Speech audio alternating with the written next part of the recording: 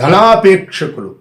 డబ్బు సంపాదించుకోవాలి, ఎటు వస్తుందో, ఏ టైం ఎట్లు వస్తుందో, ఎక్కడ మరి కరువులు వస్తాయో, కొంచెం మిగిలించుకుందాం, కొంచెం దాచుకుందాం, కొంచెం డబ్బు దగ్గర పెట్టుకుందాం. ధనాపేక్ష కలిగిన వారు, ధనాన్ని ప్రేమించేవారు, ధనం కోసం ప్రాకలాడేవారు, ధనం ధనం ధనం, డబ్బు డబ్బు డబ్బు, వీరి గుండెంతా లబ్ డబ్బు అని కొట్టుకోకుండా డబ్బు డబ్బు డబ్బు అని కొట్టుకుంటారు. ధనాపేక్ష కలిగిన వారు బయలుదేరుతారు.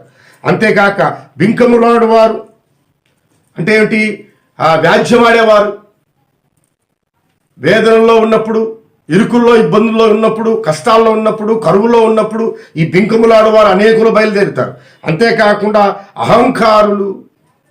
ఏమంటే అహంకారం, నాకు డబ్బు ఉంది, నాకు ఆస్తి ఉంది, నాకు ఐశ్వర్యం ఉంది, నాకు పొలపడి ఉంది, నాకు పరపతి ఉంది, నాకేమిలే, నాకు ఉద్యోగం ఉంది అని అహంకార దృక్పథంతో మసిలేటువంటి ప్రజలు కూడా బయలుదేరుతారు.